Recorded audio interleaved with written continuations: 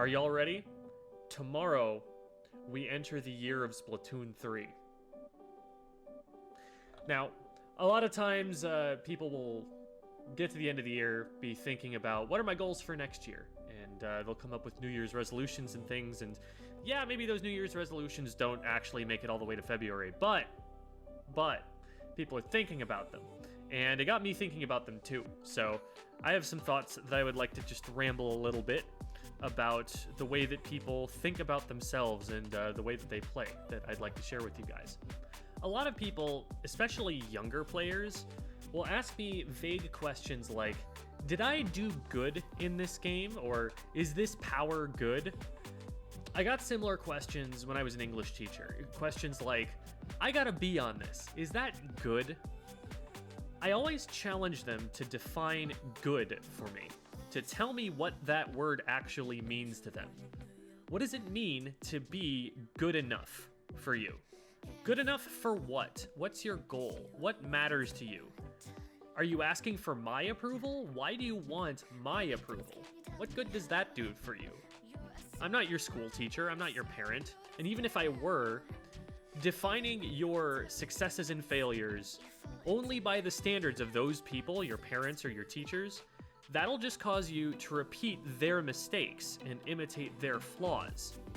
Most of the time, when a competitive player says someone else is good, the only useful information you can take from that is that they are at or above the speaker's skill level.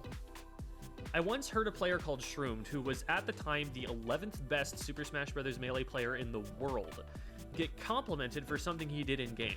He turned to the player who paid him the compliment and said, well, actually, what a good player would have done is, and he explained an alternative to what he did.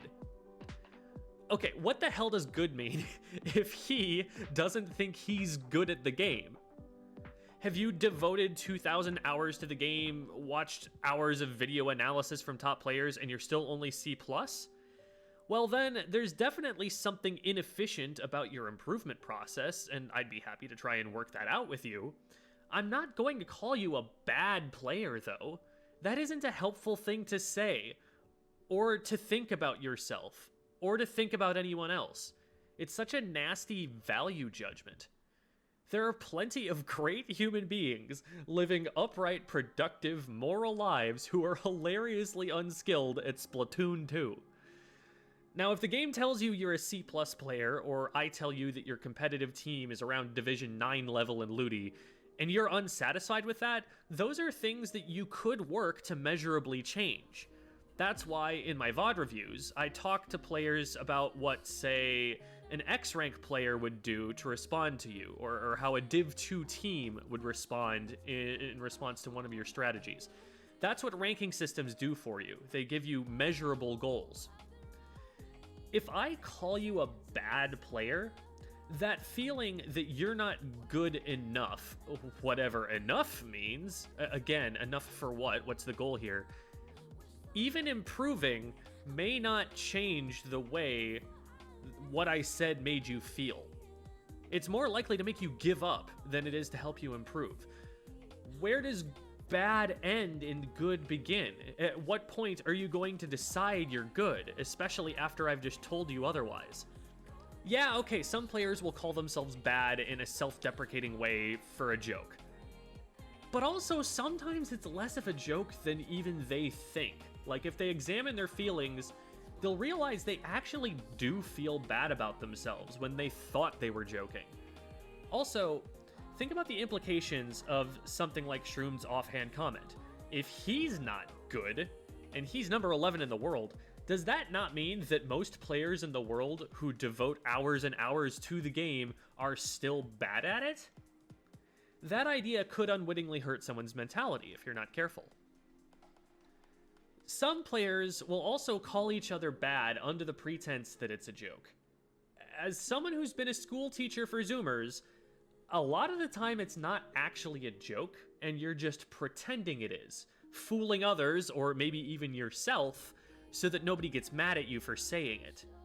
Just because they're your friend doesn't mean you can't say something mean to them. In fact, you're a lot more likely to be mean to someone you're close to than to a stranger. They may smile, yeah, they may laugh along nervously because they'd rather have you as a friend than not have you as a friend, but that doesn't always mean they like that you said it. This may seem like a tangent, but I think it's also pretty closely related. Beyond even joking about each other, people will try and defend trash talking in esports, believing that rivalries and drama between players make for more interesting and more fun contests. But I've seen what happens behind the scenes as a TO, that's tournament organizer for those who don't know, and it's very much the opposite. Trash talking, even between two teams that think trash talking is fun and take no offense to it themselves, drives people who witness it as spectators and potential new players out of the scene. I discussed this in an old podcast episode with Mikey, which we put on the channel a while ago, but for the most of you who haven't seen that, I have a deceptively simple metric for success as an esports community manager. If I'm causing the community to grow in numbers, I'm doing the right thing. So a corollary to that is if I drive people away, I'm doing the wrong thing. Some people are more likely to be driven away than others.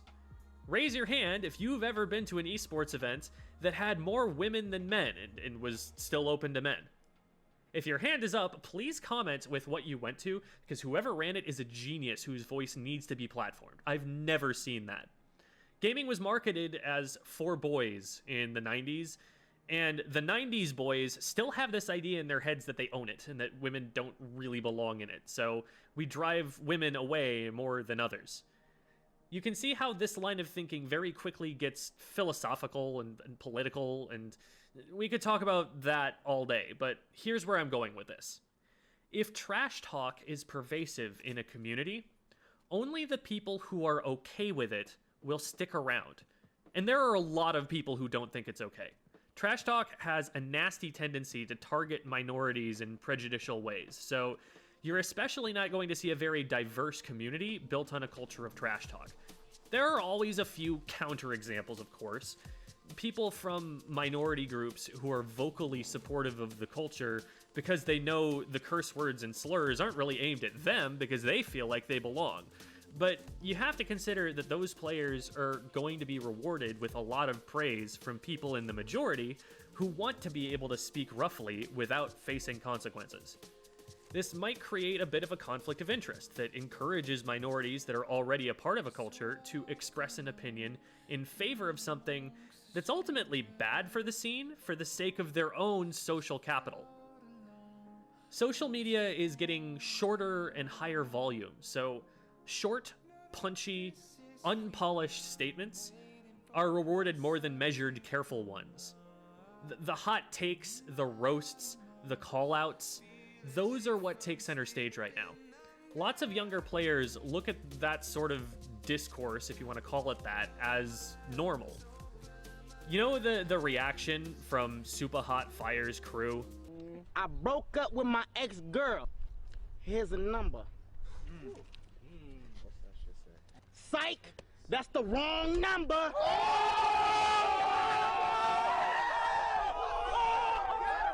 You probably know what it is even if you haven't seen the original YouTube video. The millennials who made this meant it as a joke, but this has literally just happened in my English classes. One kid speaks out of turn, tells a joke that's not even funny, and his entire crew loses their minds for a minute. So if one player in an esports scene aims to take someone else down a peg, their buddies can quickly dogpile and really worsen the pressure being put on the victim. Generally, the players that are okay with trash talk are often already well-established competitive players in the community. They enjoy their abilities and their social status, and so they selfishly punch down and flex on lower-level, less respected players. The more experienced players are the ones that know they're established and have social support. They have a crew. They're like Super Hot as opposed to poor T-Bone 225. T-Bone 225, run my nap. Who only brought along one dude. So they'll feel more justified, more comfortable, like they're not risking anything because they've got people who've got their back. And on top of that, their voice will be amplified by others. When a couple of these top players go at each other, it can be fun and make for some entertaining storylines. For example, Chillin' Dude and Leffen's $1,000 money match in the Smash Bros. Melee community didn't really hurt Chillin' Dude's reputation despite him taking the biggest, most public L of his career. You have anything you want to say to the people? Might be. On top of that, it actually resulted in some interesting, noteworthy media. I know a bunch of players who got non-gamers a little bit interested in competitive Melee because of the goofy diss track that Chillin' made. People got interested and pulled into the event because of that storyline, and it made for an exciting tournament broadcast. That's fine. It kind of feels like professional wrestling, like it was all kayfabe, and nobody was really getting hurt in any meaningful way. But it's okay because both of these players already had power and influence. It was a fair fight in terms of how they were already perceived. Chillin' started it, and he was punching up.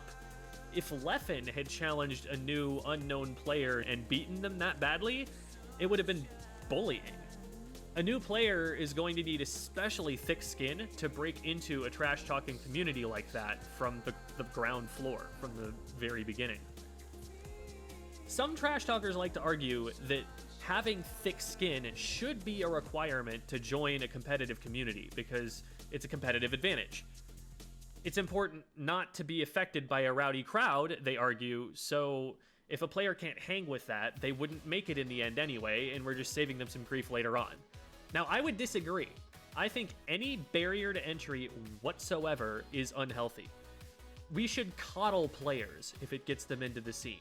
Players can develop stronger mindsets and thicker skin in a competitive scene if they stick around, but if we drive them away too fast, they never have a chance to get their footing and grow to meet your standards.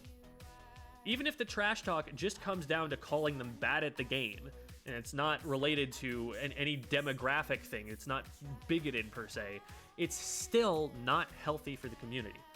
Some people will argue that it drives the other player to improve, so that they prove the haters wrong or whatever. But honestly, if the only reason you're getting good at a game is to get back at someone who is a jerk to you, you're just giving the jerk too much influence over your life. Why even care about the standard a trash talker is holding you to? They're mean. You probably don't want them as your friend.